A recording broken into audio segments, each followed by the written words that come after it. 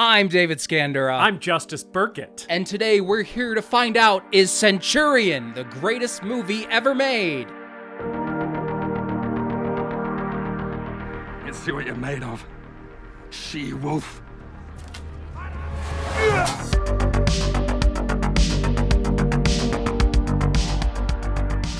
Welcome to The Greatest Movie Ever Made, the show where we watch a movie and tell you if it's the greatest movie ever made. Hold the line! A movie that is so thoroughly entertaining and compelling that while you're watching it, it's the only thing that matters in the world. I'm back once again.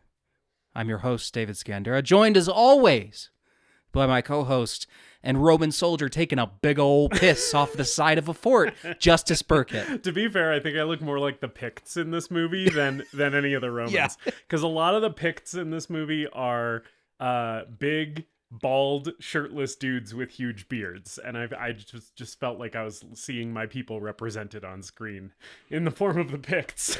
But Justus, this is something that you picked up on too. Mm-hmm. In the text that you sent to me. Great movie for pissin'. Full of piss. This movie has so easily 300% more piss in it than most movies that I've ever seen. And most movies we've covered have you know, we've had a couple shit movies. Yeah.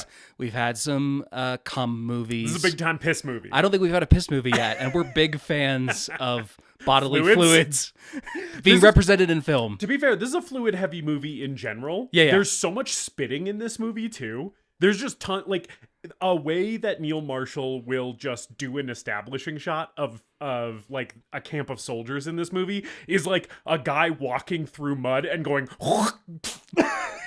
like it happens like 3 or 4 times, I feel like, in this movie. So yeah, big spit movie too, but even bigger piss movie. You see no fewer than 2 just streams of piss, and then there's also more audio pissing that happens in this movie as well. Yeah. I was delighted to see the diversity of fluids represented, but also quite delighted that piss was at the forefront. Yeah, there's something about a guy taking a big piss in a movie that just makes me go, hell yeah. Yeah. Like, man, that must feel so good. He must feel so relieved right now. Until that one guy gets stabbed in the dick while he's peeing. No, I think that probably felt good too. He's dying and he's like, oh shit, I think I just found my thing. No, not in like a kinky way, but like it just eases so much pressure, releases so much pressure down there all at once. His whole bladder just exploding, and he's like, oh, thank God. How are you doing? How am I doing? I am. We've just been laughing and having a good time, so I feel like I'm gonna shift the vibe. I've been doing weird and bad, David. That's okay. I have not been having a good couple of weeks. I think a good way to summarize the kind of weeks that I've been having over the last couple of weeks is the other day I looked at my screen time and confirmed this. I spent 3.5 hours on the Apple Music app. And do you know what I was doing in that time? I wasn't listening to music. I was going from artist to artist, just like down a rabbit hole of suggested artists, and just reading their Apple Music pages and looking at their albums. I spent 3.5 without listening to music. Without listening to music. In complete silence. Yeah, pretty much. That's insane. Pretty much. And every once in a while I would go to an album, find a song that looked interesting, not listen to it. I would go to it and like skip 20 seconds in to see what it was like and listen to a few seconds of it and then move on. This was one example of this. There have been multiple examples of this over the last couple of weeks. I have been having a compulsive need to waste my fucking time in ways that are not rewarding or entertaining or fulfilling in any way. I just keep falling down these rabbit holes of like mindless, destructive, unfun distraction. So that's how I've been doing. I truly feel like I'm losing my mind. So hopefully being more aware of it will help me combat this and like get back on track a little bit. But yeah, I've had a weird and bad couple of weeks where I just feel like I've been unable to do anything that I want to do or is good for me. Anyway, how are you, David? I'm also kind of weird and bad. Yeah, it's a weird and bad week.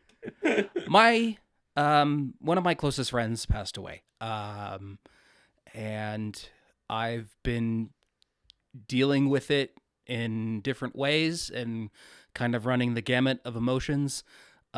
She lost her battle with addiction, basically. Yeah. And it's really hard to accept that and accept that she's gone. And I'm also trying to forgive her and forgive myself and get over some guilt that I have in, places in my life where I didn't support her the way that maybe I could have or should have. It's a lot. It's a very complex thing, and she was a really, really close friend to not just me but my family as well. Because we actually met because our dads became friends, and then we started hanging out pretty soon after I had moved up here in middle school, high school. So been dealing with that. Yeah. And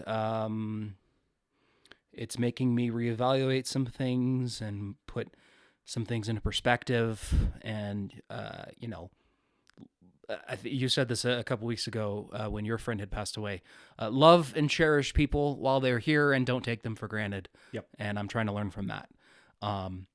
Otherwise, I feel like I've been good, but that's just kind of been hanging over my whole week.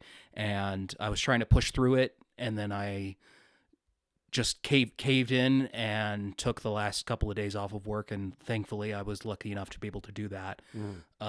So that helped me just relax and recharge a little bit. Yeah. Probably a thing that I could stand to do as well is just take some time away from the things that are stressing me out. Yeah, I know you've been dealing with that. We talked about it a little bit off mic and stuff. And, Yeah. It's rough, and I told you the last time I saw you, both of us have lost people recently, and it makes me very glad that you are alive. I am so glad that you are alive and that I am talking to you in this room right now. I'm glad that you're alive too. Thanks. Anyway, we can get out of the bummer zone and talk about. I don't know if you had any media recs or not. I didn't have any. Okay. I've been enjoying the musical stylings of Scott Stapp and the Creeds. So with arms wide open. I've been getting into Creed, and it's really fucking cool. That's good. It's weird. I love that for you. Creed has always been a little bit of a guilty pleasure for me. I had a big Creed phase when I was like in high school. Yeah. I had their CDs. I had Human Clay for sure. I think I had one other album, and I would just play them I would drive my dad's pickup truck to school, and I would just like drive to school with the windows down, just blasting Creed CDs. My dad's pickup. Yeah, I've always had a soft spot for them, even though they're, a little bit of a meme. Yeah, it's interesting how they've had a critical reevaluation resurgence recently, like a lot of music has from the 90s and the 2000s. Yeah, a lot of like butt rock and new metal. Yeah, and even like the Christian aspect of them, because I really don't like Christian rock and Christian metal. I'm pretty not a fan of Christianity in general. Yeah, pretty opposed to it actually. But there's something about the way. Unlike me, I love Jesus and God. Just for the record. Okay.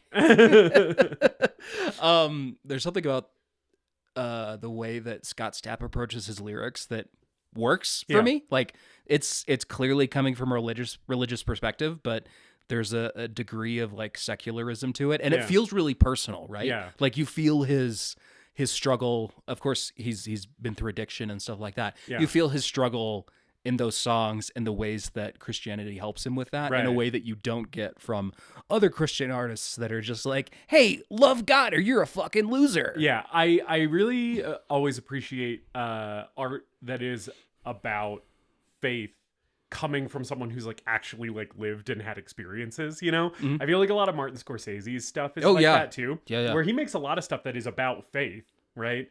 And it's like, yeah, but this is coming from a guy who's like lived and had experiences and like and understands the world and human beings and how they operate.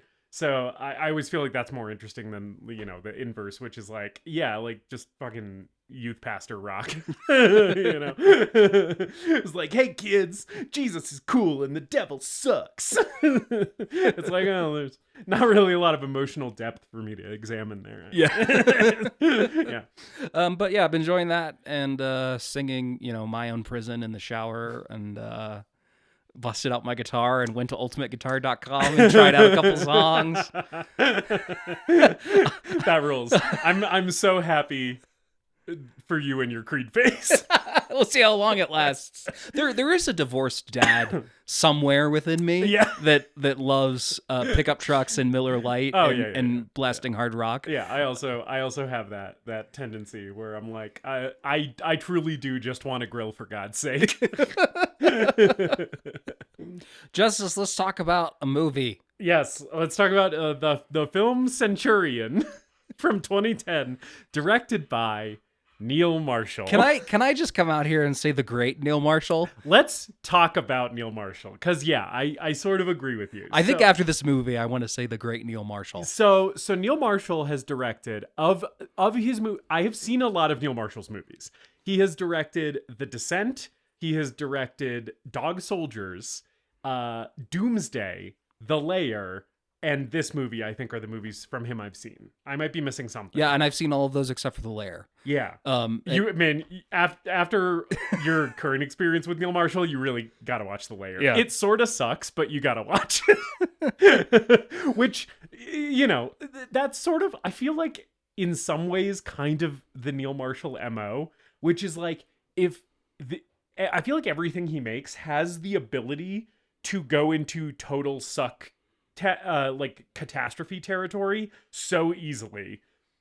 And yet, I don't think I've ever not enjoyed one of his movies. Like, I just feel like he is so good at making dumb genre action movies. Yeah, he understands genre so well. Yes. And you can tell that he loves it. Yes. And I think this movie is a perfect representation of that too. Yeah. It just like the movies he did before this, Dog Soldiers, Descent, and Doomsday, all really heavily influenced by genre. And I think this is a prime example of that too. The Lair is a big genre movie as well. It's like a very big like sci-fi action. It's basically Predator, sort of. Yeah.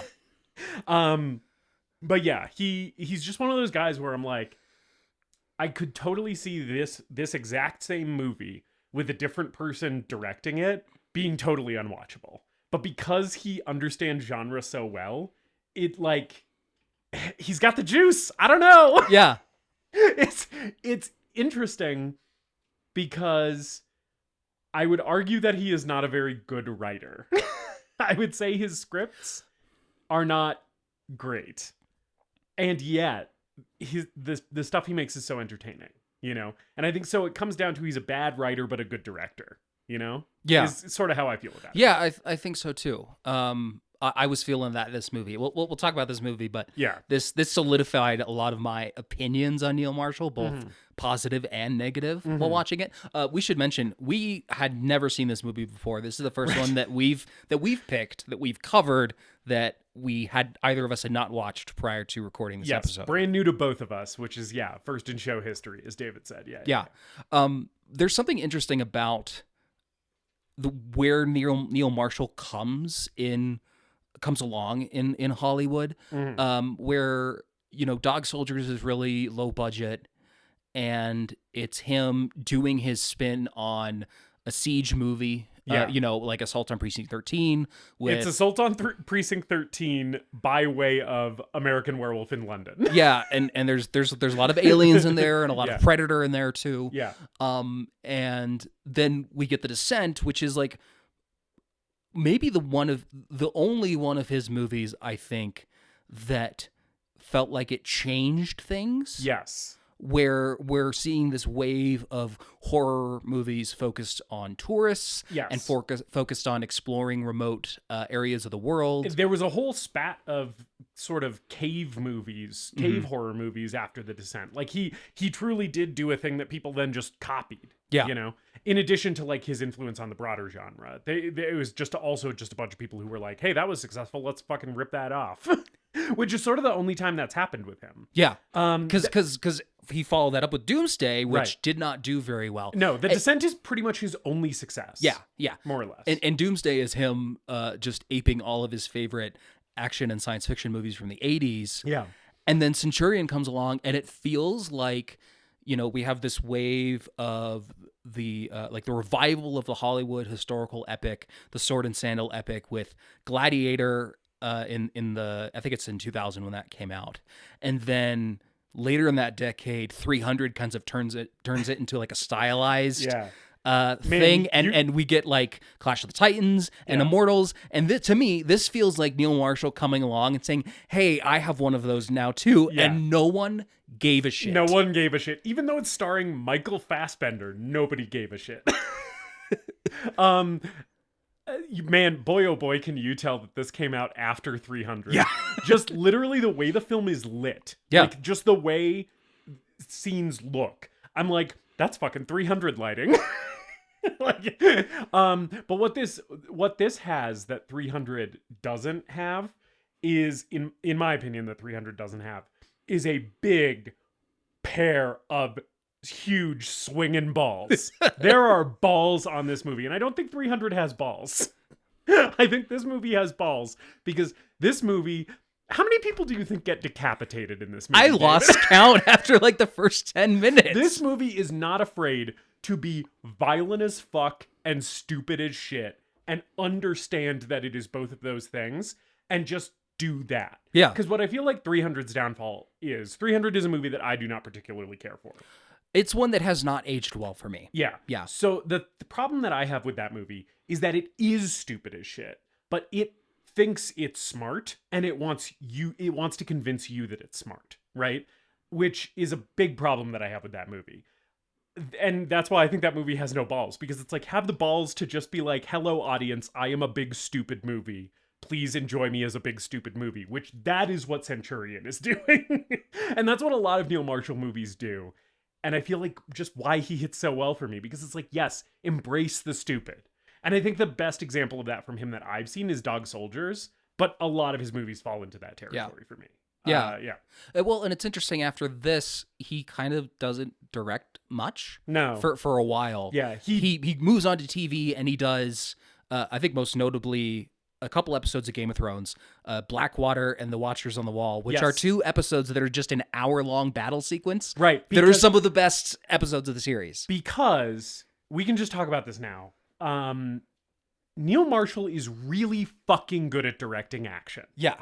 He has an editing problem, I think, where sometimes I think he overcuts. Yes, this is a problem in all of his movies. Yeah. To the point where I would call it more of like, this is a stylistic choice that he's doing. And this was something that's been happening in action movies since around this time, right? With like lots of quick cutting and stuff. It doesn't feel like a crutch to me, though. It feels like something he's intentionally doing, and to make it frenetic. And yeah. And he does it better than most, right? Yes, I think so. In most cases, he does it better than most. I agree with you, but I do still think I would prefer if he let us sit with visuals a little bit longer than he does. Sure. But I agree that he does it better than a lot of people who have adopted the same style, and maybe use it to cover up the fact that they're not particularly good action directors. I do feel like I agree with you, though, that he's not covering up a lack of skill with the quick cut editing. It's just a thing that is part of his style. It just doesn't work 100% of the time for me, you know? That being said, I think Neil Marshall fucking rules at directing action. And it makes so much sense that he directed those like huge battle episodes of Game of Thrones, because he is just a guy who is so good at those frenetic, like, there's a ton of violence happening in frame, and you get the spatial awareness of where everything is, where everybody is. You feel the blows land, you know, it all. the camera is like tracking the correct things, right? Like your eyes are never drawn where they're not supposed to be in the frame, even though there's like 1,000 things happening at once. He's just like, he's just like I said before, he's got the juice. Yeah, you know, and even with the quick cutting, I do wish that he let some things breathe a little bit more, but I feel like I get a sense of geography. Yeah, during yeah. the fighting, it's easier to track, and there are parts in this movie and also that show up in Game of Thrones where he's just cutting between people dying in different and very cool and violent ways. Yeah. Man. There's moments that we will get to where there's like gonna be kills that we have to really call out specifically because it's like it'll be like, oh, we're going from like this guy's fucking head getting cut in half to like this shit happening to like this guy gets stabbed in the fucking face, and it rules. Yeah. He also did like he did a short for an anthology movie called Tales of Halloween. He did The Lair relatively recently. Yeah. He did a horror movie called The Reckoning, and he did the recent Hellboy remake, which it sounds like he made that basically with a gun to his head. Right. And they butchered the shit out of it. They were like, Neil Marshall, you have made just so many flops. You must direct this Hellboy movie, or we're going to put you in movie jail for all time. Yeah, I've seen the phrase director jail thrown around a lot on Twitter. I think I understand it now. And I think we need to let Neil Marshall out of movie jail. Yeah. I agree.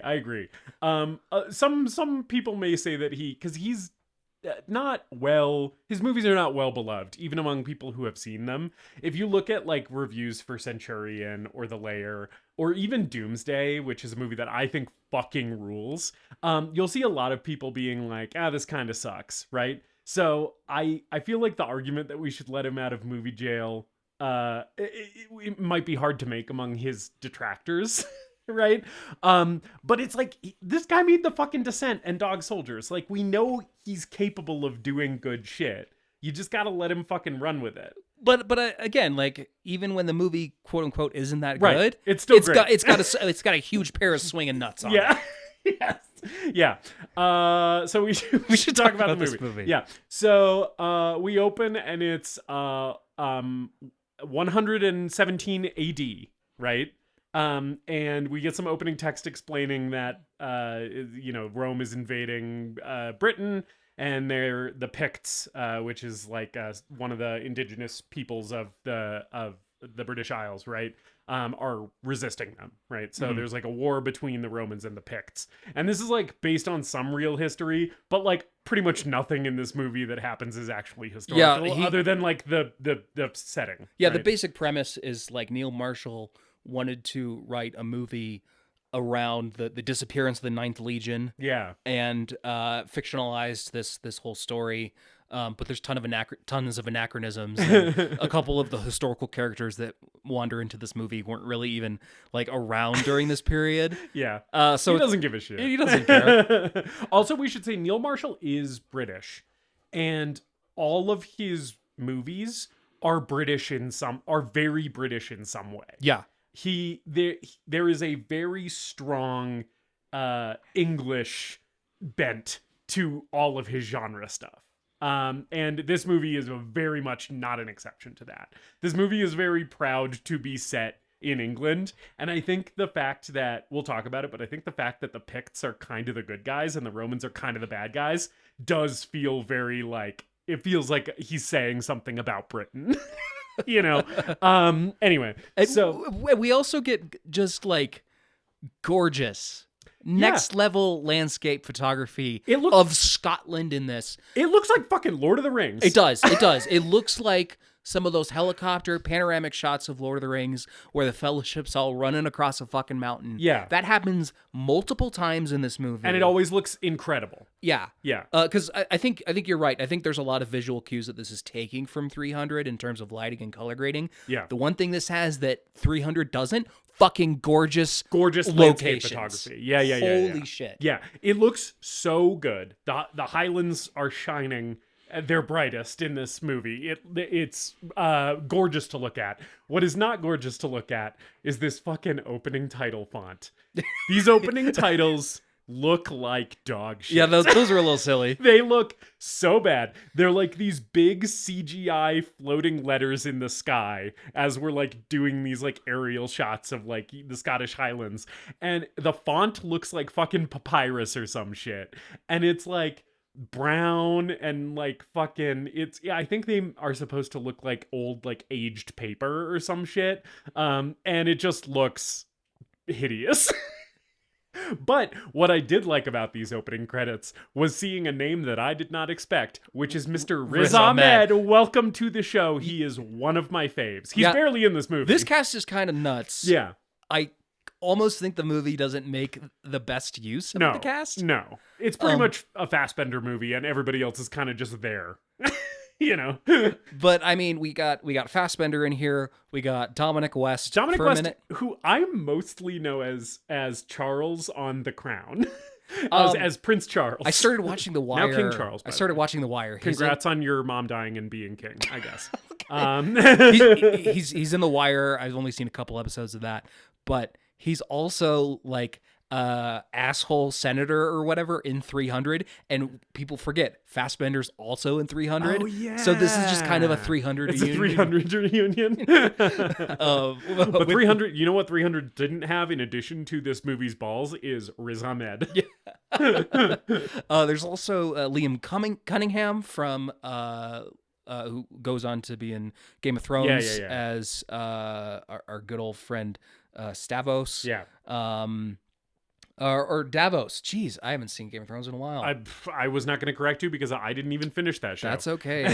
And also David Morissey, who was notably played the governor on The Walking Dead. Oh, yeah. And Olga Kurylenko, I probably said that wrong, is in this as well.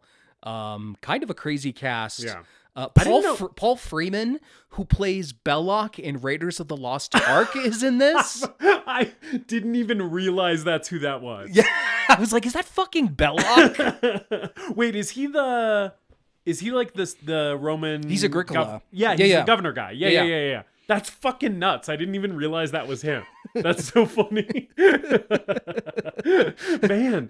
But yeah, I did say this was sort of just a Fassbender movie. Yeah. But actually, Dominic West is also in this movie a shit ton. And I think he's great in this movie. Yeah, I think he's really good. I think Dominic West rocks in this. I also, like I said, mostly knew him as Prince Charles from The Crown, in which he is just doing the real life, an impression of a real man.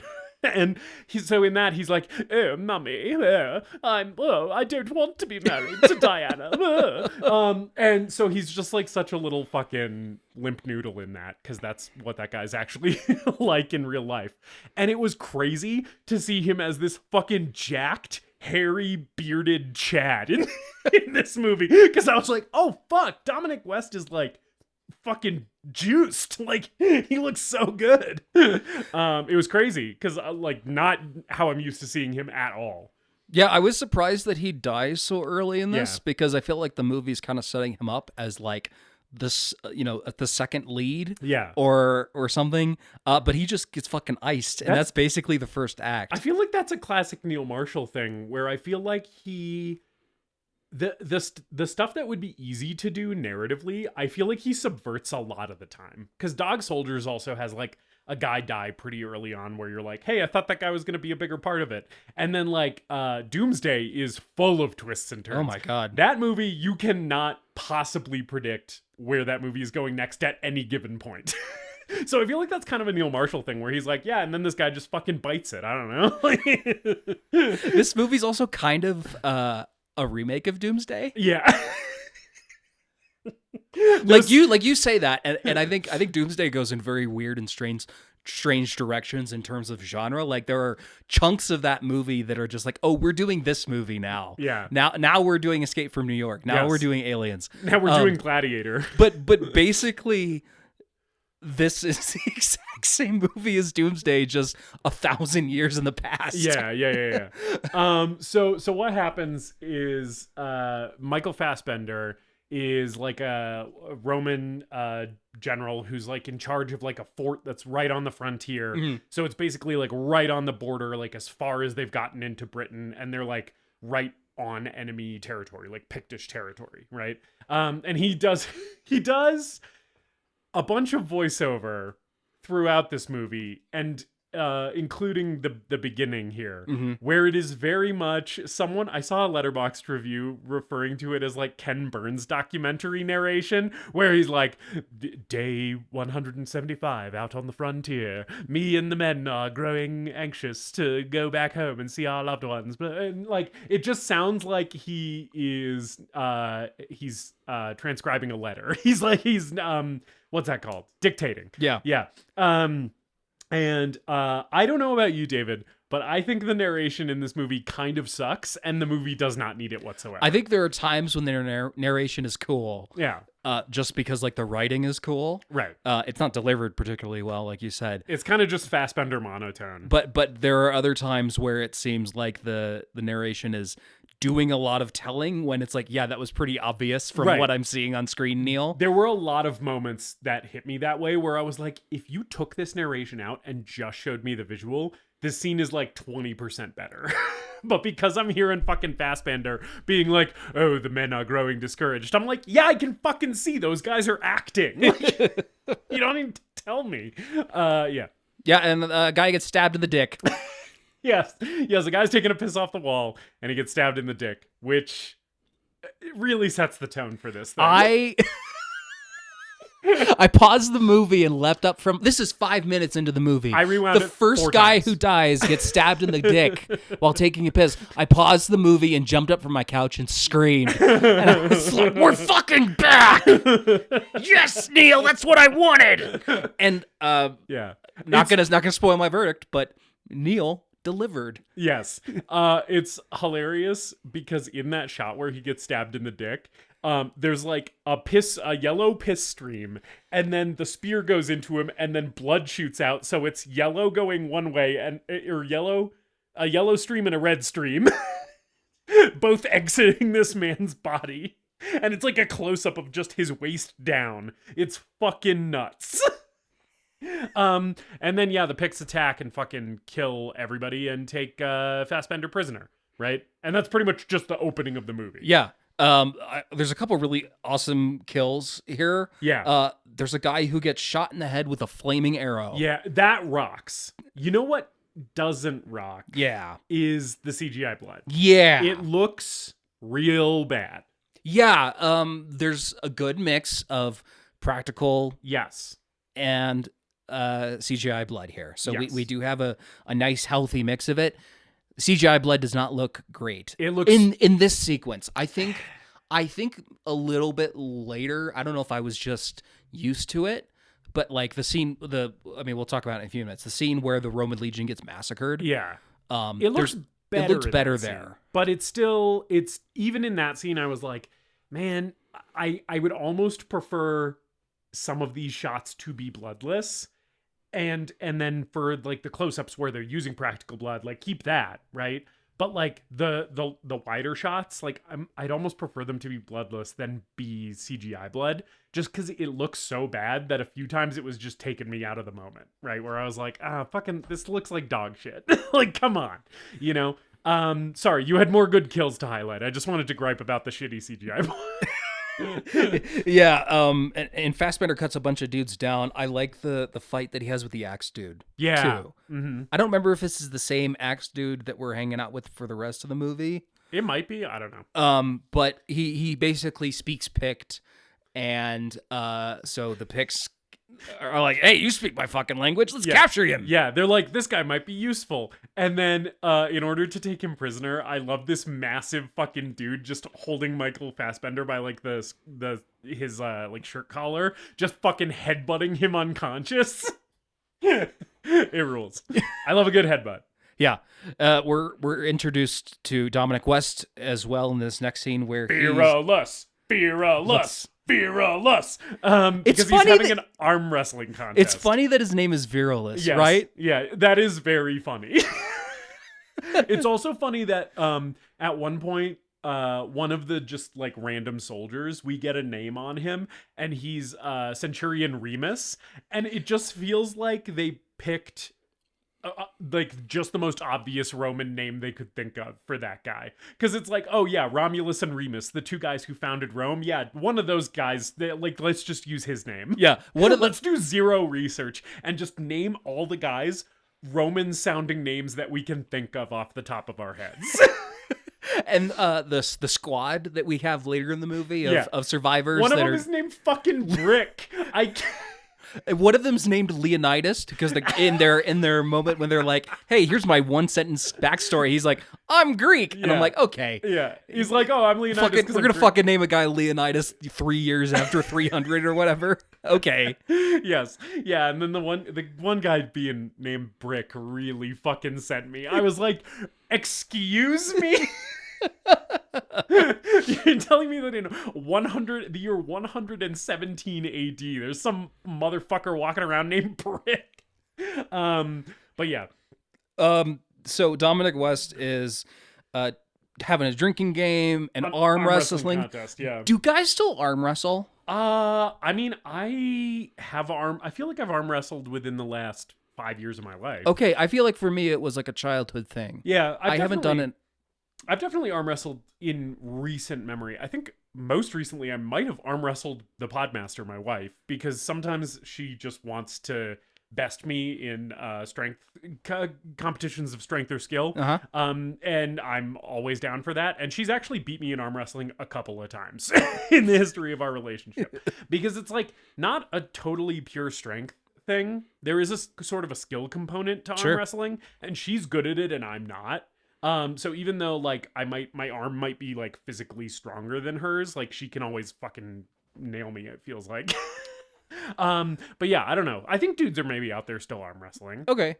I hope so. This is a great scene of guys being dudes. It is a great scene of guys being dudes, and then so Virulus beats this dude in arm wrestling twice, and the guy looks pissed off about it. He's being a sore loser, and Virulus's response to this is fucking crazy, because he just stabs this dude in the arm. Like, he just grabs the knife that this guy like put in the table. He just like grabs it and fucking annihilates this dude's forearm. Like, this man is now permanently crippled because he like gave Dominic West the side eye after losing an arm wrestling contest to him.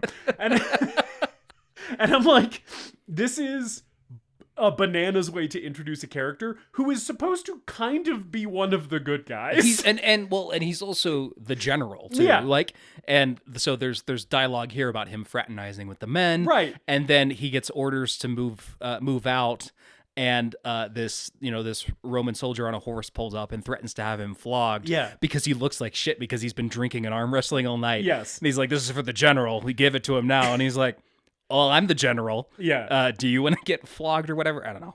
And just to be clear, the guy who he beats in arm wrestling, whose arm he stabs, is another Roman soldier. This is not like a guy who is like a Pict or anything. It's like another member of the same army, right? And yeah, and then he's so antagonistic with this messenger too. It's just like, this guy, you're supposed to think he's like kind of cool and badass, but I'm like, I think this guy is like a violent, dangerous psychopath. We also have a short scene where Michael Fassbender gets piss-boarded. Yes. And meets Kurylenko, who's the leader of the Picts. This is one of two movies that I've seen that contain someone getting waterboarded with piss. What's the other one? Deadstream. The movie, the found footage horror comedy Deadstream contains a scene of a man being waterboarded with his own piss. I heard that movie was like okay and kind of disappointing. It's bad. You've immediately put it like at the top of my watch list now. It's bad, but it is worth watching because of the piss boarding, and also because the comedy in that movie kind of doesn't work 60% of the time, but then like 40% of the time, it's actually pretty funny. Like, that movie sucks, but like it has enough redeeming qualities that it's worth throwing it on. Yeah. But yes, so here Fassbender is basically, they have him like in front of a barrel, and this dude, Kurylenko, who's the leader of the Picts, just takes a leak into the barrel. I have a question for you, David. Yeah. Do you think this barrel was full of water, or do you think that he is topping off what is a barrel of only piss. I think it's a barrel full of water. Okay. It would be very, very funny if it's like, yeah, the community piss barrel. That's kind of what I thought. I was like, is this the latrine? Like, do they just have him in front of the barrel that they're all pissing in? No, they're probably pissing and shitting in the woods, you know? Yeah, that's true. Maybe. I sort of like the idea that it's just a barrel full of piss. But- And he's like, let me just top this off with my piss and let you know that it's full of piss, and then we'll dunk your head in. I think if it were, the problem with it being a community barrel full of piss is that someone has to empty it. True. And yeah. that looks like that would be a heavy barrel full of piss. Yeah, that's true. That's true. Yeah, so probably not. It's probably water. But regardless, they then shove Fassbender's head into it. And whether it's water with a little piss or just all piss, still not a situation that you want to find yourself in. Yes, and our second visible on-screen piss stream of the movie, like 10 minutes in. Yeah. We've had a guy get stabbed in the dick and while pissing. Yes. We've had a guy get stabbed in the arm, and we've had another guy take a big piss. I think we're off to a good start. It's a pretty good start. And then, so Fassbender here, he's being tortured, and they're basically trying to make him, like, yield, right? Yeah. Because he's, like, trying to fight them and shit, and they're basically trying to get him to give up and, like, break his spirit. And Fassbender does a lot of great shouting in this movie. And there is a great Fassbender, I will not yield, I am a soldier of Rome, in this scene. And I was like, man, he's sort of giving this 110%. And I'm like, here for it in this movie a little bit. The role kind of doesn't require it. Yeah. Yeah. Fassbender is sort of going harder than he needs to. I agree. But I kind of think he rocks in this a little bit. Yeah, it's I think Fassbender's elevating this material just because he's such a good actor. Right. Like he really doesn't have to try that hard to be a good actor. No, yeah. And I think that also goes for other people like Liam Cunningham. I don't know why I want to say Cunningham. Liam Cunningham and David Morissey, who have larger roles as the movie goes I'm on. laughing about Cunningham. Yeah, sorry. No, you're fine. I'm gonna come in this boy. ham. I'm a 10-year-old boy, I guess, and I was like, Cunningham. Anyway, but I think the actors in this movie like Dominic West and David Morissey and Liam Cunningham. Wow, I did it again. Jesus. Fuck. I think they are just naturally really good actors. Yeah. So even though these roles aren't the meatiest roles that have ever been written, yeah.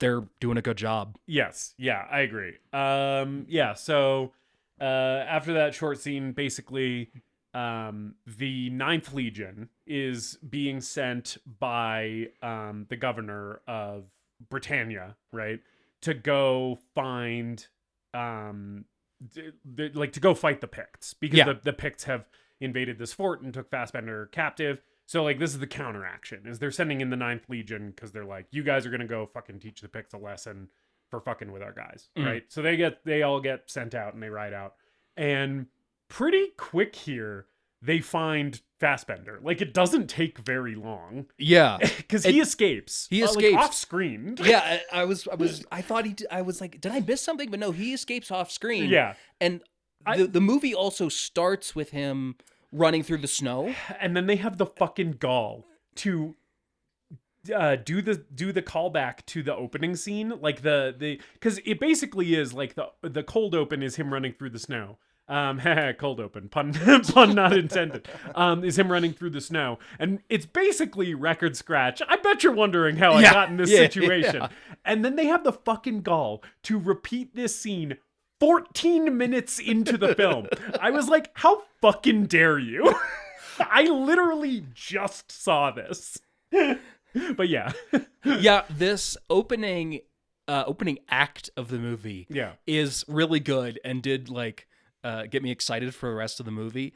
It's also the clunkiest part of the movie in terms of the script. Yes. And the pacing. Yeah. Where it's like, oh, we're whipping through this thing. Like, I do think, and we'll touch on this later when we hit some other scenes where this is also a thought that I was having. I think a shit ton was cut out of this movie. Because like that escape, like the off-screen escape, I'm pretty sure that was shot at some point and they just were like, well, we're removing it for time. We're trying to keep this at a tight 90. I have like a huge, like, there was a 2.5 hour cut of this movie feeling about this movie. Especially when we get to some of the stuff later with the love interest that happens. Yeah, that makes sense. I'm like, I am so sure that they shot a shit ton more with this, and it was just cut for time because it happens so fast that it almost doesn't make sense. And I'm like, the only way that we ended up with this is I think they just cut the shit out of this thing. I have no actual information to confirm that, but that was a feeling that I was having.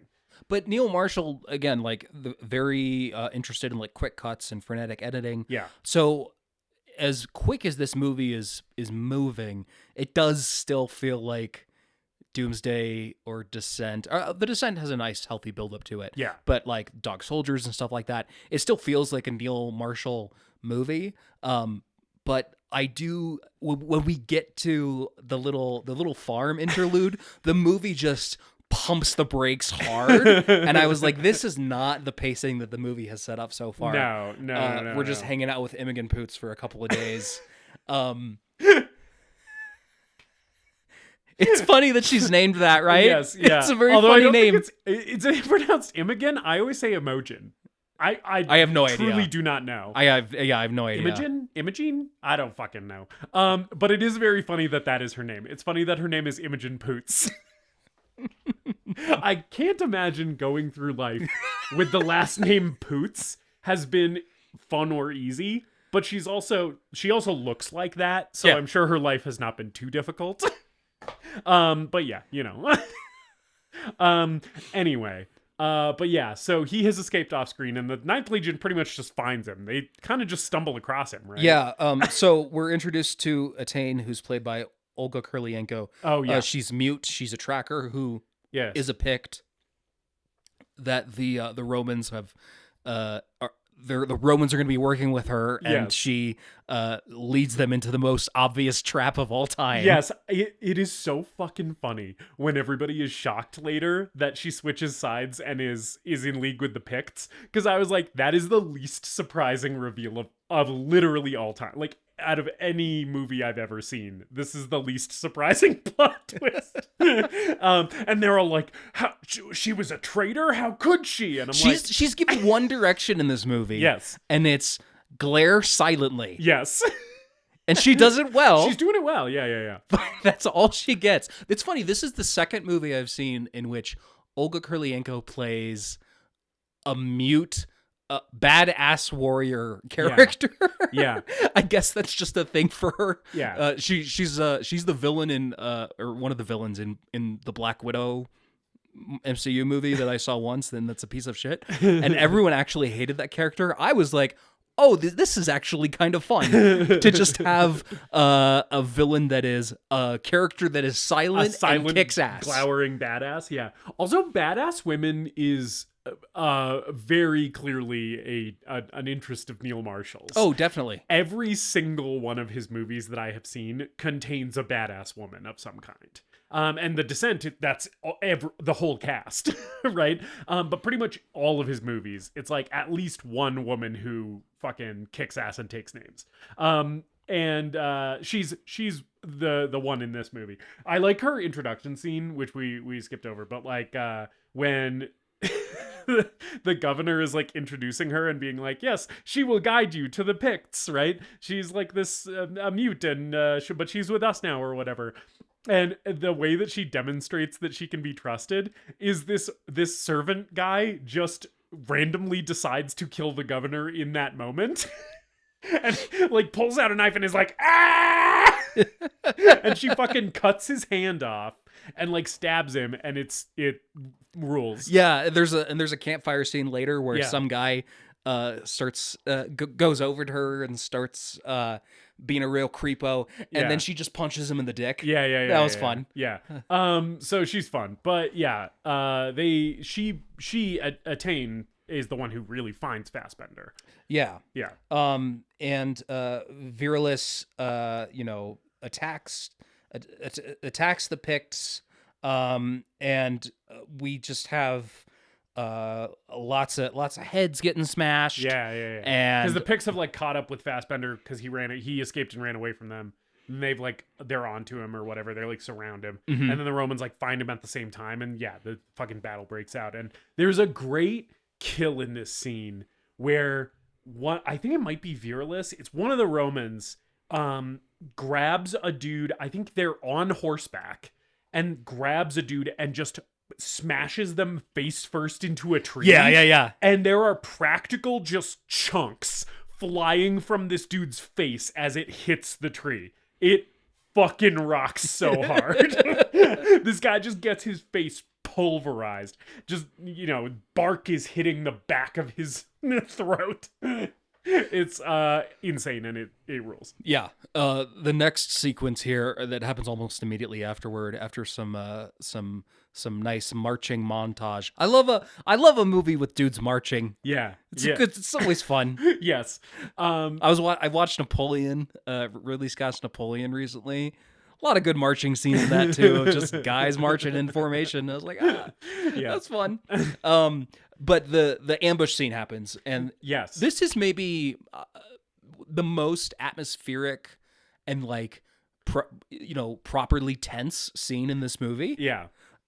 Where it's this really misty forest area, and Etain rides up ahead. She rides off ahead, and I'm like, where do you think she's going, guys? She clearly fucking hates all of you. You can tell from the way she looks at you. She is a Pict, right? And she has led you into this fog and is now going on ahead to scout, I guess. Yeah. And it's like, no, she's coming back with Picts to fucking kill you. Like, obviously. And everyone starts hearing, it's the sounds of marching and shouting in the woods, and they all get in formation. Yes. And we get a good hold the line. Hold the line! Hold the line! Dominic West shouts "hold the line" like 8 times in a row in this scene, and every time he is louder and more manic than the last. It's great. I think it's him. He almost directly quotes Lord of the Rings, where he's like, "You are soldiers of Rome. Whatever comes out of that mist, you will stand your ground." And you know what comes out of the mist, David? Great balls of fire. You said they were swinging balls on this movie. I also think Neil Marshall has some flaming balls. I think he's got a bad case of crabs. These huge, as if the boulder from Indiana Jones got more work in Hollywood. These fucking big ass boulders just start fucking engulfed in flames, start rolling down this hill, and Dominic West has the gall, after seeing this, to tell them to hold the line again. And I'm like, dude, a fucking shield is not gonna stop that. Like, these guys are gonna get fucking flattened, which is of course what happens. It's just so fucking funny that his reaction is not, okay guys, get out of the way. He's like, hold the line. Don't move out of the way of the flaming boulder. There's a really fun shot where it's like the column of Roman dudes is like centered in the frame, and there's like the hills on either side of them. And I think some of these boulders, these flaming boulders, are CGI, but the CGI, if it is CGI, looks pretty good in this shot. Yeah.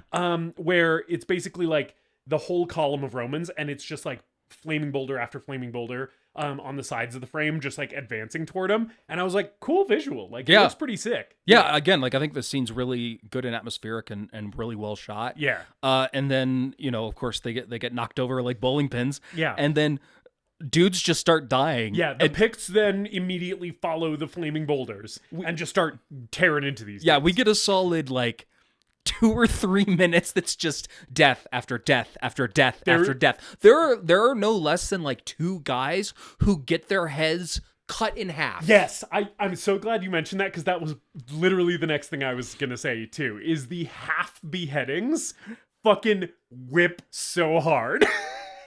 There's one where I'm pretty sure, I rewound it a couple times because I wanted to be sure. I'm pretty sure the sword like goes into the guy's like mouth area, and his head doesn't fully get cut in half. It like goes part of the way through, and his head just kind of like falls backward, but is still like sort of a little attached, which is fucking sick as hell. It rules. It's so good. Yeah, Fassbender gets knocked off of his horse and like falls into this pit where dead guys just start falling on him from all over. The Romans do not do well in this fight. They get their asses handed to them. Yes, they pretty much get fully slaughtered. And so then after the battle, it's the few guys who have survived kind of start finding each other, like the few Roman guys. And it's like Fassbender, Dominic West has been taken prisoner already at this point. Yeah. So the Picts take him because he's a general. Yeah.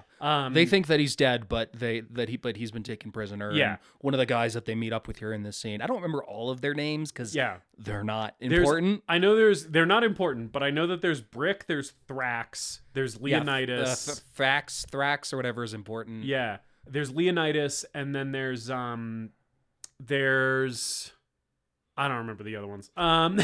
But and Riz Ahmed is Turuk or something is his name, but I'm just gonna call him Riz Ahmed. Yeah, because he's my boy, and he finally shows up in this movie in this scene where they're like all the survivors of this battle are like finding each other and like joining up to form their the little party that we're gonna be following for the rest of the movie. And Riz Ahmed isn't even a soldier; he's a cook, which I love. And his character introduction is there's just a Pict guy who's just still around. He's like a picked straggler, like goes to kill Fassbender, and an axe just flies and hits this fucking Pict in the head. And with the camera just reveals that Riz Ahmed threw this axe, and he's like, "Sup, guys? I have entered the movie now." And he's just a cook. He isn't even part of the Legion. Yeah, Liam Cunningham. God, I'm looking at it and it's hard. Yeah. Liam Cunningham plays Irish wristwatch. Plays Brick, whose full name is Ubriculus, which is funny. Yeah. And David Morissey plays Bothos. Bothos. Yeah. There's also a guy in here. I think the guy's name is Macros. He's played by the guy who plays, I think, Mickey in Doctor Who, which I didn't watch a ton of Doctor Who, but I watched enough of it in college that I was like, is that the fucking guy from Doctor Who? You know what? They shot this in the UK, and he was just around. They're British actors. They're just like... I'm glad you brought up that his name is Macros, because I thought that was funny that this guy's name is literally just Macros. Which he's not the chef, weirdly. Sorry, that's a power lifter bodybuilder joke. But yeah, so they, like, all these survivors kind of band together. They do have, shortly after this, their because they basically decide to go get the general, right, to rescue the general. And they have their little scene that we were talking about earlier, where this is such a trope of this type of movie, is just a bunch of our whole party around the campfire. This happens in in country movies or Western movies as well. Sorry, country is a music genre. I meant Western. This happens in Western movies as well sometimes, where it's like all these badasses are around the campfire, and we just get a one-sentence character introduction from each of them, where it's like, what's your deal? Yeah. It's like, oh, well, I'm from Namibia, and I, ran away and joined the Legion. Oh, what's your deal? Oh, my father was a gladiator. Like just one anecdote from each dude. It's so brief. It almost doesn't even need to be there. It sort of doesn't matter at all either. Like, none of it really comes to anything.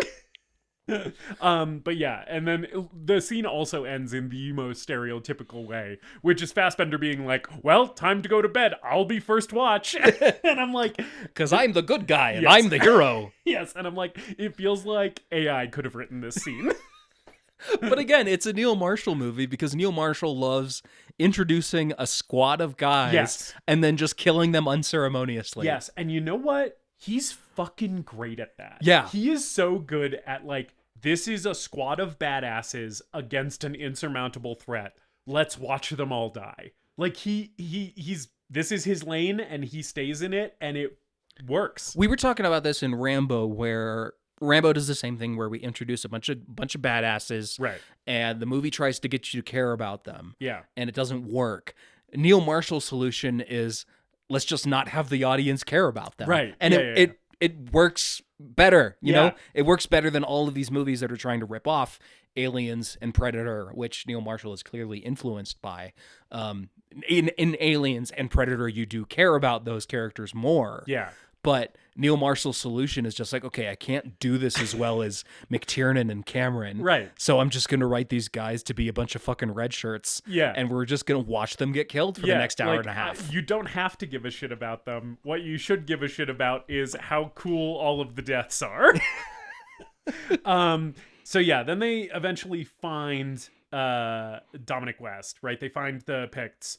There is a scene, which is like sort of important, of Dominic West after he's been captured, and they're like torturing him a little bit, like they were kind of doing with Fassbender, and they're like cutting his chest, and like the chieftain of the Picts, Gorlikon, has his son, his little kid, here with him.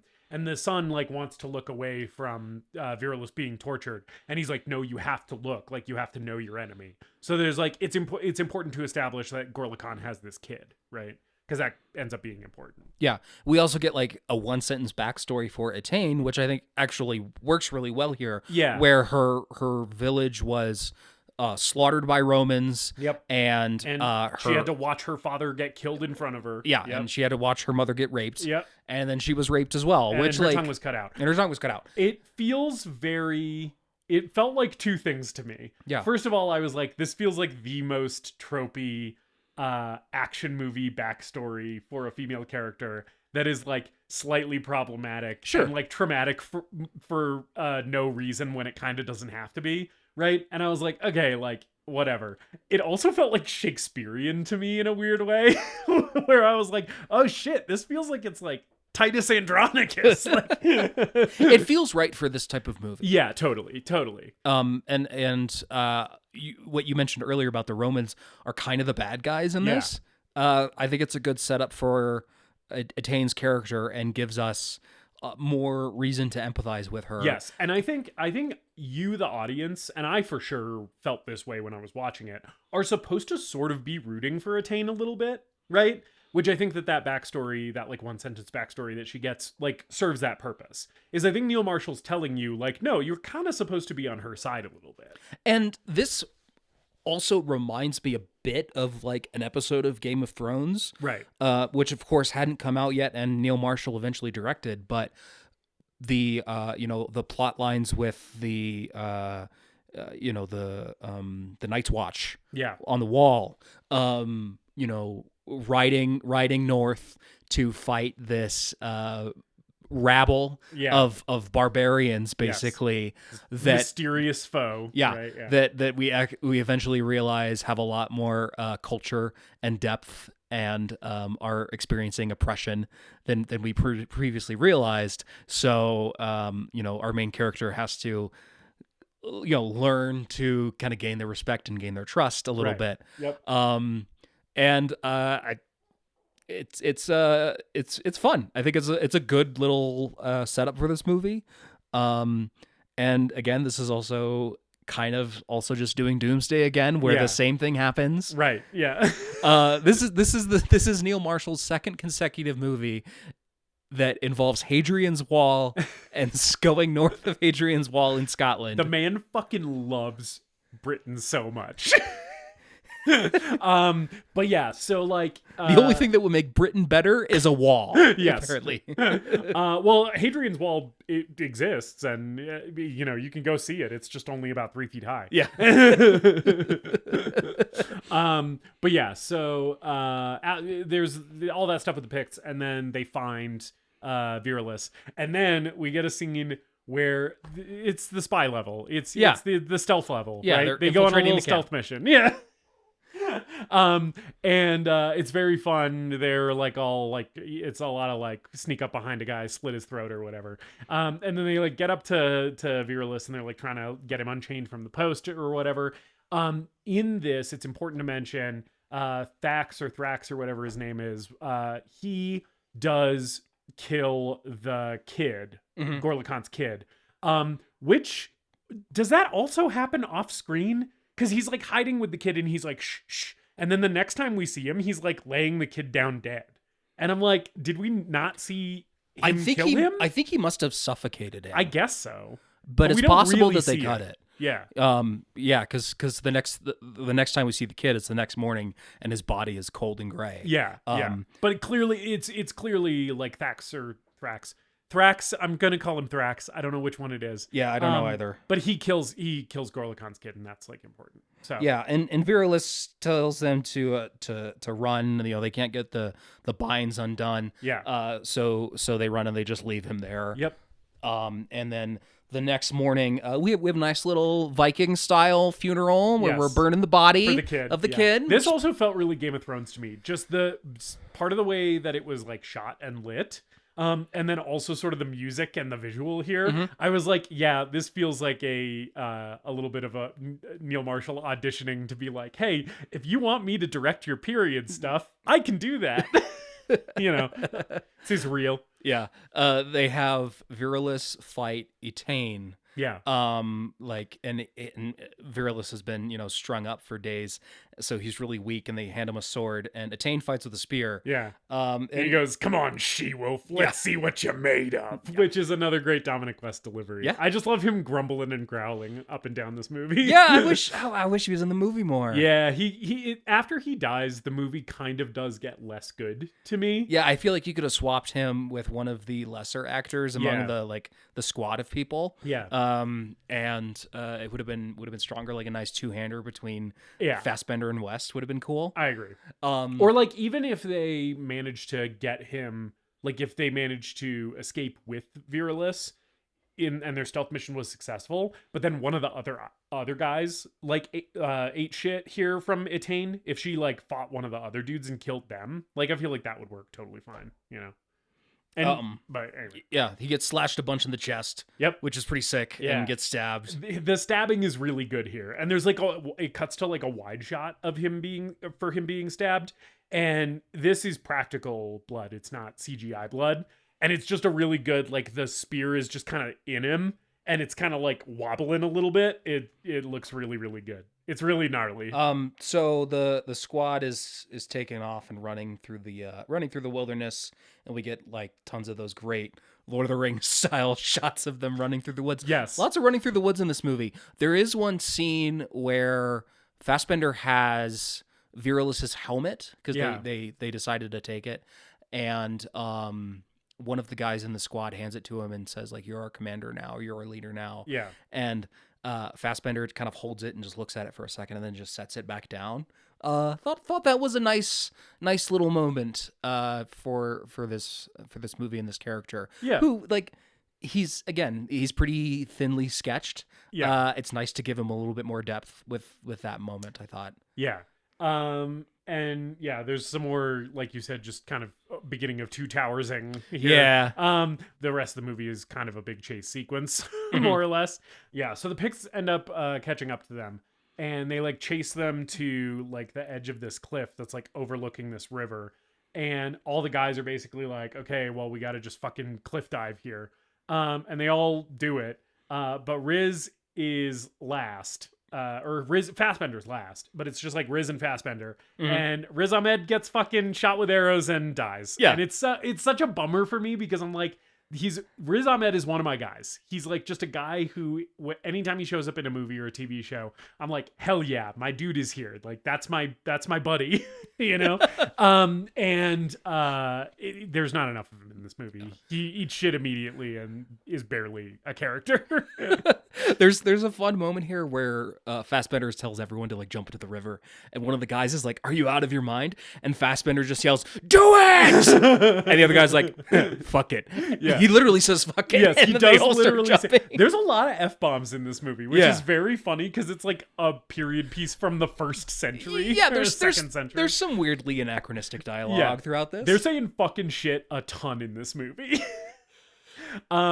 But yeah, so they all go down the river, and Fassbender jumps in and escapes. And classic fucking action movie, like chase movie thing here, where they've all jumped into the river, and the Picts can see them floating down the river. And Attain just kind of stands on the edge of the cliff and just glares down at them like, oh, I'm gonna get you fuckers. And it's like, first of all, you have bows and arrows. You could just shoot at them. And then second of all, you just saw how they got down there. Just also jump in the river. Like, you can follow that. You can go where they're going by just doing that too. But instead, she has to have her moment where she's like, I'm gonna get you guys. Get you. I'm just gonna glare at you. I have no dialogue in this movie other than grunts. I'm just gonna fucking glare at you. And Gorlakan is not with the Picts who are tracking them down, by the way. He has sent Attain on this mission specifically. He has a fun line where he's like, Attain, you are my wrath, which I thought was really fun. But we also get a scene where a couple of the guys here, Thax and Macros, run into a wolf in the river. Yes. And they get chased by wolves for the rest of the movie, and we'll come back to them. Yeah. The funny thing is, like, this is a very, very friendly looking wolf. Yeah. He had a big old smile on his face. He had his tongue hanging out. And I was like, oh, not your typical like growling wolf. But these guys just take off running. Yeah. And in that scene, practical wolf. Yeah. Some of the wolves later are CGI, and some of them don't look great. But all the close-ups on the wolves are like real, actual wolves, and they look great. But yeah, not a great wolf performance from that wolf actor. I was like, maybe we can do that again and look a little more menacing. I don't know. He was just really happy. I thought it was cute. Like, I'm chilling. But yeah, so Macross and Thax, yeah, they have washed up in one area with the wolf, and then the other dudes who are still alive. So Fassbender and Davos from Game of Thrones. Yeah. And the governor from The Walking Dead. And the governor from The Walking Dead. And a couple of the other guys who don't matter. Yeah, they all have kind of washed up in a different area, so they're like separated. Yeah.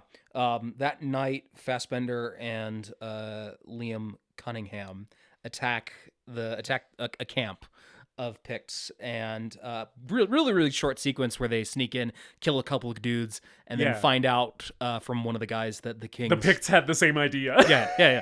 The king's son was killed, and the Picts had the same idea. Yes. Yeah. By the way, one of the reasons that they go and attack the Picts at night, but like not all of them, is because one of the Roman dudes just has spontaneously started, he's come down with a case of the vapors. He's dying of consumption or something. He just like gets sick randomly here, and it's kind of vaguely explained. Well, there's one guy who breaks his leg in the chase earlier before they jump into the river. So maybe that's what this guy's deal is. I think so. I think that might be the guy you're thinking of. He just looks all like pale and wan here, and he's like they kind of are laying him down and like wrapping him in a little blankie. And I was like, is he just fucking frail? Like, what's going on?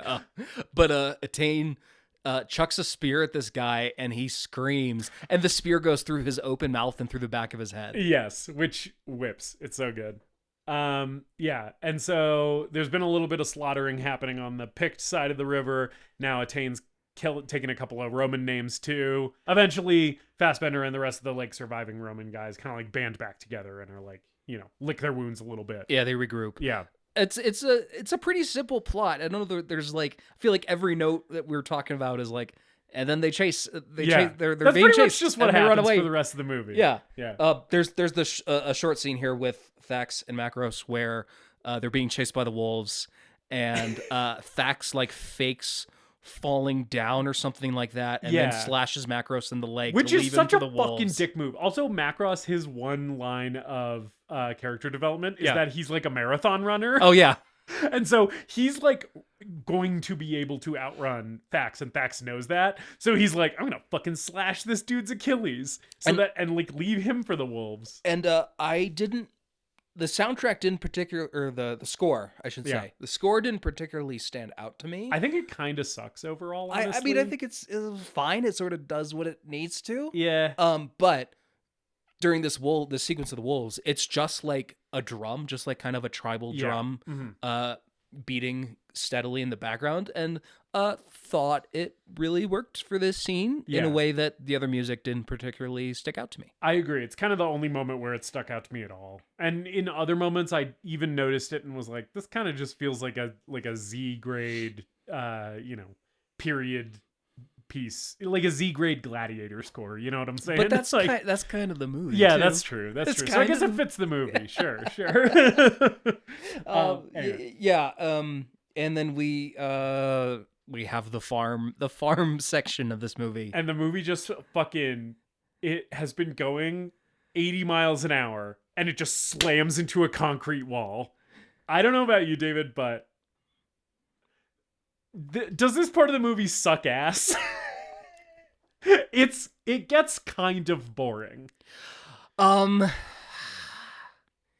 think Imogen Poots is one of the better actors in this movie. That's true. And She's doing fine. And I think the character is interesting. She's giving the character a lot that's not on the page. Yeah.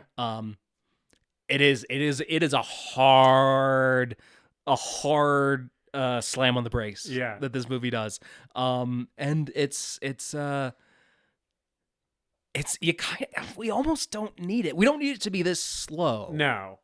And we sort of don't need it at all in a way, right? Where I'm like, maybe put back in some of that stuff that you potentially cut, right? Earlier, or at least feels like was cut. Like, show us Fassbender's escape. Show us that fucking kid getting killed. Show us a little bit more of like Attain and Gorlikon and like their whole deal, right? And then just don't do this whole bit on the farm and you'll still have a 90-minute movie. Well, yeah, and I think part of why the beginning of this movie, as violent as it is, and I love some of the spectacle of it with just seeing all of these guys getting slaughtered and all of that. Structurally, like I said, it's the weakest part of the movie because it feels like it's developing something that's going to be a bit grander and more epic than we've seen from other Neil Marshall movies. Right. And then the rest of the movie is just a Neil Marshall movie. It's just a straightforward chase movie. Right. And I almost feel like rather than doing this rigmarole of like Fassbender's at the fort and then he gets captured and we meet the Picts and then he gets released and then it's like why don't we just start with Fassbender's part of the Legion, right, with Virilis, yes, and they all get killed. Yeah. Just start there rather than doing all this setup. You're 100% correct. Yeah. And we can make something that's a little bit that still has a fast pace to it, but is a little bit more drawn out and a little bit more deliberate with its pacing and allows us more time to breathe rather than just like rushing us through all of this exposition at the beginning of this movie that doesn't really reflect the pacing of the rest of the film. Yeah. I agree with you 100%. I think you're spot on. But instead of doing that, we then spend a bunch of cutesy time with Imogen Poots. So she lives in the cabin that the Sawyer's UK equivalent would live in. She lives in a necromancer cabin. She says that people think she's a necromancer. She's got like insane like bone art hanging up outside of her house, right? And then you see her and she is just like young, adorable Imogen Poots. Like she just looks like a nice, approachable, attractive young lady, right? And I'm like, she doesn't give me necromancer vibes at all. Yeah. Like, but apparently she's just really into like DIY bone art. She's got a shower and some nice skincare products hidden away somewhere. This is a location where you would expect to find a filthy, disgusting shit person, and instead Imogen Poots is looking very put together. Like she's wearing makeup, her teeth are like bright white, her hair, she's got some like real nice waves going. Yeah, to your point, not a blemish on her, absolutely zero dirt on that face. She looks like she is like in a makeup commercial, like in a L'Oreal commercial, despite living in basically in squalor. Yes, in a horrible, disgusting mud hut in 2nd century Britain. But yeah, I like the moment when she's cooking them dinner. And it's mushrooms. And earlier in the movie, they found, I think it's in the cave, they find some mushrooms that are like poisonous. Yeah. And they're all paranoid and they're like, she's gonna fucking poison us. And she's overhears them and she's like, no, the poisonous mushrooms look different than this. Yes. And then they all start eating it. They just chow down. It is, the mushroom thing is like a Riz Ahmed moment because he's the cook, right? So the mushroom moment earlier is basically like, he's like, eat these ones, not these ones, because these will kill you in like 2 minutes, but these ones are delicious. And there's another, while we're talking about it, Riz Ahmed cook moment that I really liked, which is when the dudes are like doing their like escape through the wilderness and they like kill that stag. And then they cut it open and start drinking its blood, which is metal as fuck. I don't know what the purpose of that was. I think it's just to get some nutrition, right? Because it's basically like they didn't have time to like butcher it and cook meat because the Picts are like right behind them, but they're all like fucking starving because they've been running for days. So I'm pretty sure the point was basically just like, this is the fastest way for us to get calories is just drink its blood. I thought it would make them sick or something, but yeah. But I guess they're starving. But then they cut open the elk's stomach, and Riz Ahmed is like, "Eat this half-digested moss." And I wanted to call this moment out because the elk corpse is like a practical, like just dummy elk corpse, and like the stomach that Riz Ahmed is holding, and like the fucking green gunk that he's pulling out of the stomach and telling him to eat, all looks so good and so gross. So it was like, I was having a great time watching that scene because I was like, oh, that's fucking gnarly as hell. Just like pulling half-digested moss out of like an elk's stomach and just shoving it in your gullet. And all the dudes are like, oh. Michael Fassbender takes a big piss in the river. another piss. And this piss is a meat cute piss. Because Imogen Pooch is downstream grabbing fish out of the river, and she's like, "Oh, you're pissing on your dinner." Yeah. Yes. And she seems to be flirting with him after witnessing him pissing. Yeah, and he very sheepishly puts his cock away and Yes. seems very embarrassed. Yeah. I will say, like, you said this part of the movie sucks ass, and okay, maybe sucks ass. I tend to overuse the phrase sucks ass. you do. I just don't think it's very good. Let me just say that. You don't say it as much as some other things that you say on this podcast. Shut the but you fuck do up. say suck ass. I don't want to hear it. I've had a hard week. I can't take criticism right That's now. fair. I'll leave you alone. I like the relationship between these two characters. Yeah. Because it's hinted at being romantic, and they don't really go anywhere with it until the end of the movie. Yeah. Which Yeah. I think was the right move. Yeah, I agree. I feel like they don't even develop Fassbender that well. Sure. I feel like I just know almost nothing about Imogen Poots. Like, I don't really get why she's helping them at all. You know? Because basically these Roman soldiers show up. They're like, one of our dudes is injured. He has a fucking broken leg. Will you feed us and let us sleep here? Woman who lives alone in a mud hut in the middle of the woods. And she's basically like, oh yeah, come on in.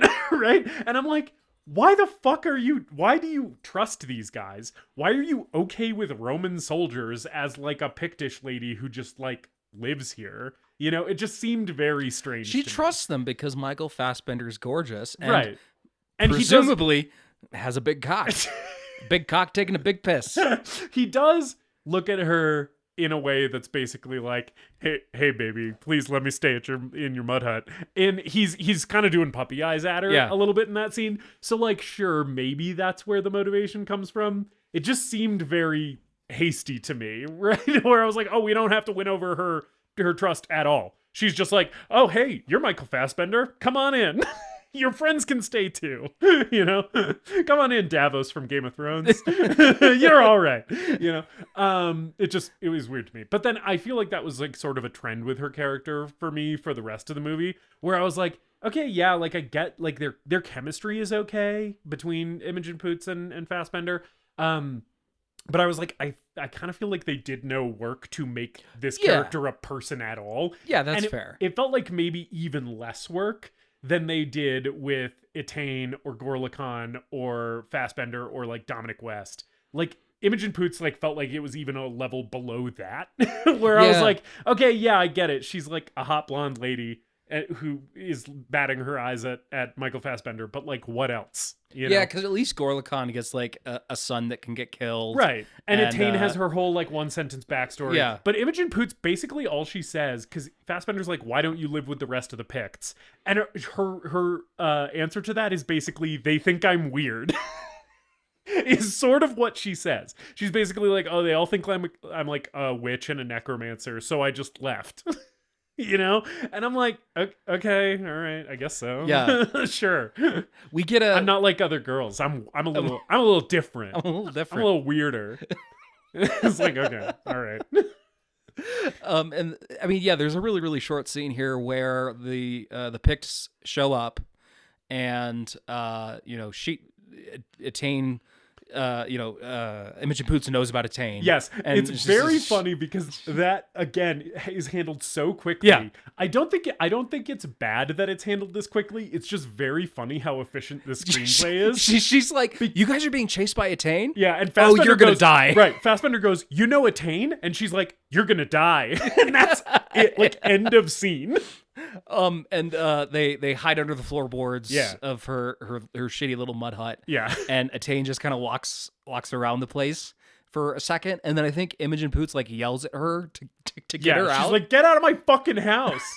And it's just kind of a nothing scene. And Attain does like insult her here in some way. She says she says in Pictish, what's the matter? Cat got your tongue? Because she's talking to Attain and Attain's not talking back because her tongue has been cut out. It's funny because her tongue's been cut out. Yeah. And I was like, first of all, really rude to make that joke to a lady whose tongue has been cut out. Like, I don't know what your beef with her is, but that feels over the line to me.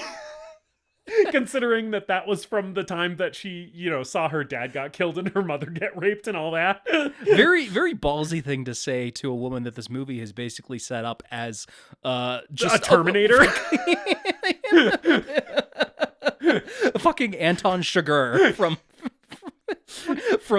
the 1110s. Yeah. It does feel crazy to just be like, I'm gonna fucking make a joke about your tongue getting cut out. Get out of my house, bitch.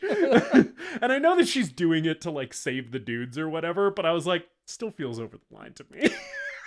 Also, yeah, that spear should have just gone through Imogen Poots. But maybe she's scared of her because she thinks she's a necromancer or some shit. I think that's probably it. Yeah. I think that's how she gets out. She does hit her though. There, Attain like fucking like smacks her or like tosses her into the wall or some shit. As her payment for the cat got your tongue insult. Also, cat got your tongue. We talked about how some of the script stuff is anachronistic. Yeah. I was just like, were people saying that in 117 AD? I don't think they were. Anyway. Did Britain even have cats back then? Would a Pict know what a cat was? I don't know that they would. Anyway. The next morning they escape from or they leave the farm and they go to the garrison that they've been trying to get to, and it's all been abandoned because Agricola has moved his troops to the south. And so it's at this point it's just I don't think we've mentioned this. It's just Fassbender, Liam Cunningham, and David Morissey. So Quintus, Brick, and Bothos. I cannot with the fact that motherfucker is named Brick. Yeah, so it's just them. They know that the Picts are on their trail, so they set up for a little siege that we have. I love how they set up for this siege too, where Fassbender basically, because they could just keep going south. Yeah. To like catch up with the Romans, and Fassbender just decides he's like, you know what? I'm sick of running. Fucking sick of running. This is an action movie. We need a climax. Yeah, and so he's basically just like, all right. And it weirdly reminded me of like the end siege in Starship Troopers, where it's like 3 dudes against like a whole army, basically just being like, hey, if we just bolster our fortifications enough, we'll get through this A-okay. I was like, there's like 100 of them. Although it ends up working pretty all right. Yeah, they take out most of the Picts here. Yeah. And it's a small squad that's been chasing them. Yeah. There's an axe guy. There's another crazy warrior lady that gets killed here. There's a pretty awesome moment where I think Liam Cunningham is fighting the other warrior lady. She shoots him with an arrow, and he keeps fighting, and then pulls the arrow out and stabs her in the eye. And it's a practical eye stab effect. And the makeup on her looks so fucking gnarly and gross. When they do the reverse shot to her just with the arrow sticking out of her face, it looks so good. Yeah. I really, really love that moment. He also gets stabbed with a spear by this other guy. And then the other guy, the guy who stabbed him, he gets behind him. And so he just shoves the spear through him to stab the guy behind him, and they both die on the same spear or something. It's pretty badass, but he dies here. Yep. And that's a big emotional moment for Fassbender, and I'm like, I'm glad you give a shit, buddy, because I kind of don't. I give a shit because it's Davos. Right. That's the thing. Yeah. It's I care about these characters because they're played by really good actors. That's true. Yeah, that also happened to me with the Riz Ahmed death, where I was like, we kind of know nothing about him, but I'm still sad to see him go because I want more of him in this movie. David Morissey fights the axe dude, which is fun, and then Fassbender and Olga Kurylenko have a pretty quick fight. Yeah, they have their showdown. They're I think they're punching each other. Yeah. At one point. Yeah. And then a sword falls on the ground, and Fassbender grabs it and stabs her. Yep. Yeah. Pretty. This movie has 3 really short climaxes. Yes. Right after the other, because we have our next one. It's sort of like Neil Marshall didn't know how he wanted to end this movie. Yeah. So he's like, I'll just do all the endings. Yes. I have 3 ideas, and each of these could be the ending of the movie. But I'm looking at it, and the runtime's only at about 120. Let's just do all 3. We'll get it up to 137. We can get a couple more stabbings in here. Fax meets up with them. Yes. With Bothos and Fassbender. Fassbender's immediately suspicious. Yeah. He's like, so I found out that one of the kids died, or that Gorlakon's kid got killed, and that's why they're trying to fucking annihilate all of us. You wouldn't happen to know anything about that, would you? And Dax is like, got no fucking clue, dog. No clue. He's also really cheery and chipper and happy for being for running through the woods, fearing for his life for the last week. He's like, I've been eating good. I went back to that corpse after the wolves were done with it and had to have myself a meal. I'm feeling spry, feeling energetic. Macros got eaten by wolves, but otherwise I'm doing just swell, everybody. Yeah. And they make it back to Hadrian's Wall, and then Thax attacks Fassbender for seemingly no reason. He was gonna get away with this totally fine. But I think it's just because Fassbender was sort of suspicious with him earlier. He's basically like, listen up, you little bitch. I'll fucking stab you if you don't do exactly what I say, And it's just like, all right, you could have just played it cool and it probably would have been fine. Yeah, Fassbender chokes him, and Bothos rides ahead. But because they all look like shit and they presumably look like pigs. They look like pigs because they're wearing animal hides and stuff at this point because they've been in the wilderness for weeks. Neil Marshall shoots him with an arrow. Yeah. Oh, that's Neil Marshall? That's Neil Marshall playing the Roman. I clocked it immediately. I clocked it immediately. Oh, that's Neil. And he shoots Bothos, and but somehow Quintus, Michael Fassbender. I don't know if he said his name. Yeah, who we just keep calling Michael Fassbender. But yeah, he takes off the wolf pelt thing that he's wearing, and he looks more Roman after doing that. So they're like, oh, okay, never mind. We won't shoot that guy. Wait, was that guy also? Oh, shit. Damn it. Sorry. He was wearing a wolf pelt. We thought, you understand what happened. Real sorry about that, though. And he meets with Agricola, and Agricola is like, you're a hero of Rome. Yes. Get this man a flagon of wine. Yeah. And then as soon as Fassbender leaves, he's like, all right, so we got to kill this motherfucker. Yeah, we got to ice this guy. We got to... This whole Ninth Legion disappearing and everyone getting really slaughtered. Embarrassing. Bad PR for Rome. Yes, this guy's the only guy who knows the truth about what happened and is going to talk about it. So like, let's just deal with this right now. So the Fassbender is in the room with like, I don't know if this is Agricola's wife, servant, some lady, but she's a lady that has been hanging out with Agricola, and she goes to feed him a meal, and immediately he like recognizes those mushrooms. Chekhov's mushrooms make another appearance, and he's like, wait a fucking second. Riz Ahmed told me these are gonna kill me. And yeah, the jig's up. He kills the guards that are in the room. He cuts a guy's leg off. Yeah, it rocks.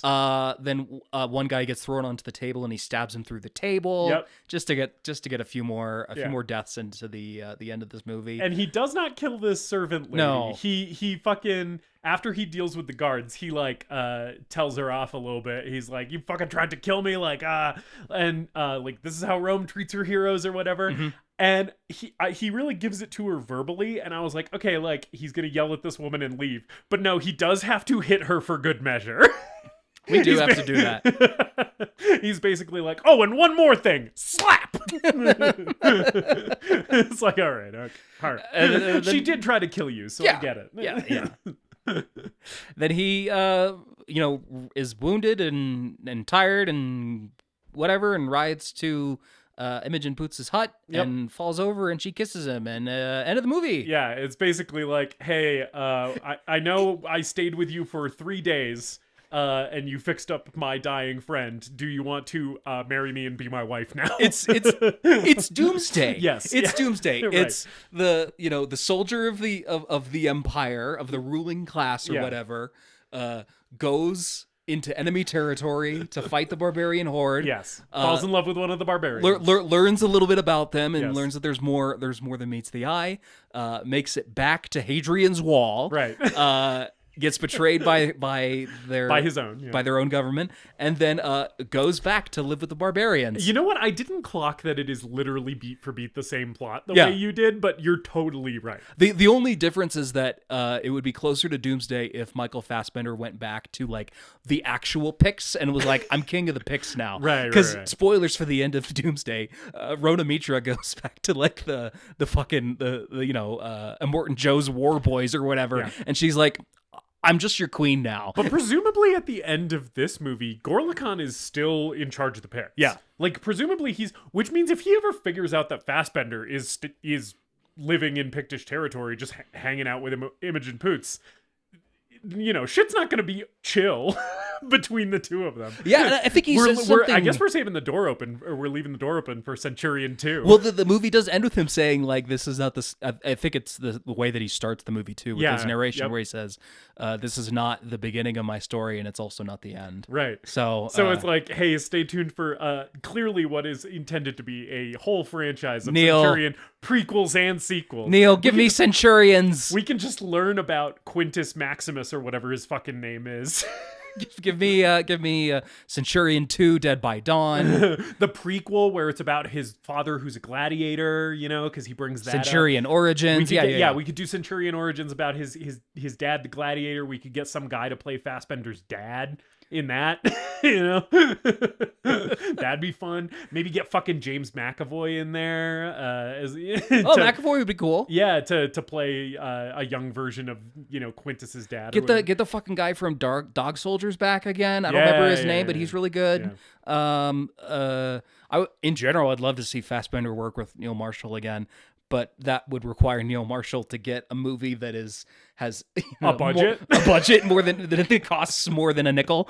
Yes, yeah, it would require him to do a movie that doesn't go direct to streaming, or isn't butchered by a studio like the Hellboy movie. Yeah. Justice. Yeah, that's Centurion. That is Centurion. Yeah. A delightful little film. Yeah. But tell me, is Neil Marshall's Centurion the greatest movie ever made? David, so I'm very clear on my answer, but I do want to highlight some of the things that I enjoyed about this movie, because the answer is, from me, is no. I don't think Centurion is the greatest movie ever made. However, this movie is fun as fuck. It is very, very fun. It is very stupid. And like I said, it has a big pair of swinging, balls on it. This is a ballsy movie. It has the confidence to make choices that don't always make logical sense, but are fun and entertaining. And I'm all about that. And Neil Marshall is great at making movies like that. That's why I'm a fan of him. That's why anytime his name is on a movie, I'm interested in seeing it, and why I've already seen 5 movies that he's directed so far and intend to see more, right? Is because he's like, it's just, like I said, he knows his lane. He mostly stays in his lane.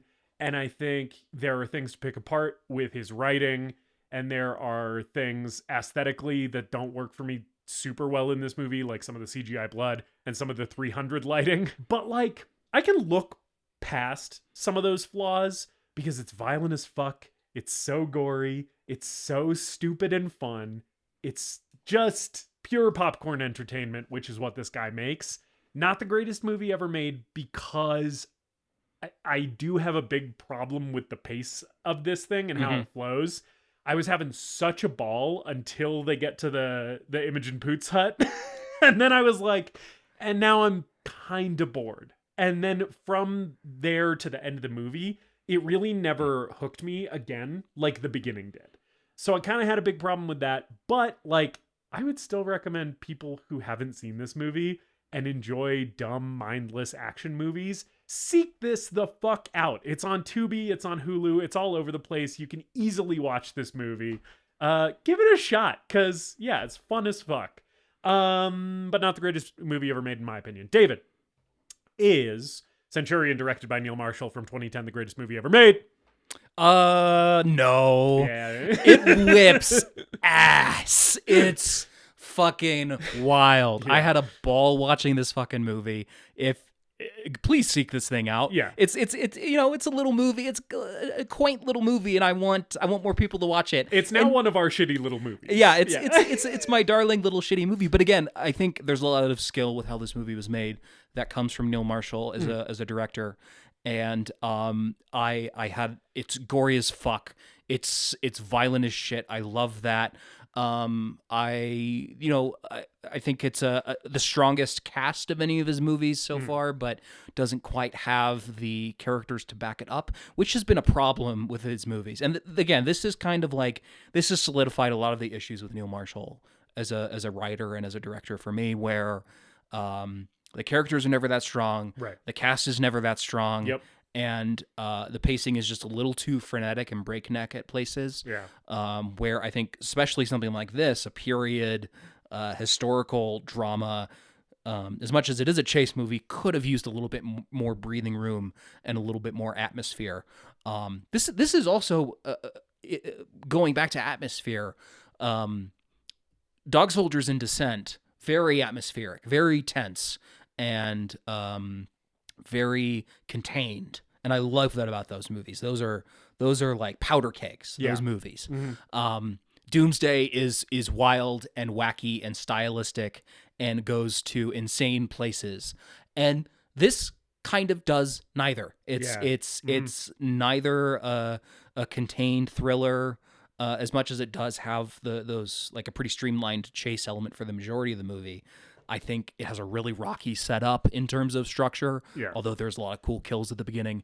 And it doesn't have the tense atmosphere that I would want from a movie like this or from Neil Marshall's previous work. Right. But had a fucking ball watching it. Yeah. And I'm really glad that we picked this. Yeah. Now you got to check out The Lair. I got to watch The Lair. Which, just to temper your expectations, don't expect Dog Soldiers at the Descent level of Neil Marshall. Expect more Centurion levels of Neil Marshall from The Lair. Still worth a watch. But again, like Centurion and Doomsday as well weren't very successful. Right. Aren't rated very highly. Across the internet and by critics and stuff like that. Both of them I would recommend to anyone who listens to this podcast who enjoys the type of movies that we do. Totally. If you like violent action movies, fucking watch them. And we'll probably talk about more Neil Marshall later, but in the meantime, Justus, what are we talking about next week? Oh man, next week, David. Next week we'll be celebrating, neither of us are Jewish. Neither David or I are Jewish, but we will be celebrating Passover on the podcast. We didn't do anything special for Easter. Although I did point out to you that it was a little ironic that we did Reanimator on Good Friday, leading into a weekend primarily concerned with the resurrection of the dead.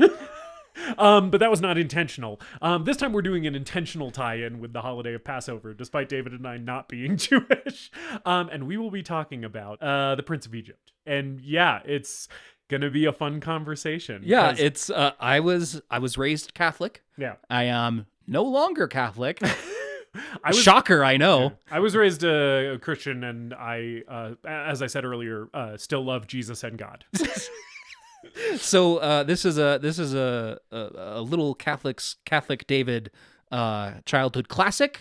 One I have seen a couple times since my youth. But it'll be interesting to get into that movie and talk about our past with this movie and our past with religion in general. Yeah. And it'll be a fun little counterpoint to today's episode. Yes. So next week, please join us in church service. Yes. Or I guess temple service, depending. It is interesting. We'll talk about this more next week. But it is interesting how Moses, that guy, regardless of which of the big three Abrahamic faiths you subscribe to, that motherfucker's represented in all three. All three, like Islam, Judaism, and Christianity, they're all like, that's our guy. Popular guy, Moses. Anyway. So I hope you will join us at the shore of the Red Sea as we flee from Ramses and the Egyptians to the land of milk and honey ahead of us. In the meantime, talk about the show, tweet about the show, do all that shit. Leave a review, you sons of bitches. Leave a fucking review. The only two reviews are the ones that I wrote and that Justus wrote. I at least definitely didn't write that. On Apple Podcasts. The one that's accredited to Jay Burkett and definitely says I didn't write that. No, it says that a host of the show didn't write it. It's a different Jay Burkett. It's coincidental. The one that I wrote is from Reverend P.P. Yes, P.P. Cock O'Malley the fourth, I believe. Yeah. Yeah. Review the show, you fucking sons of bitches. Watch Centurion. Yeah. Come on. Do it. It'll be a good time. Knock back some drinks and watch dudes get cut up. We love you all so much. You know, show's over. Goodbye. Next week, we'll see you then. Be nice to each other. Tip your bartenders. We're so close to having this be under 2 hours. And you're just doing everything you can to make sure it isn't. Later, dipshits!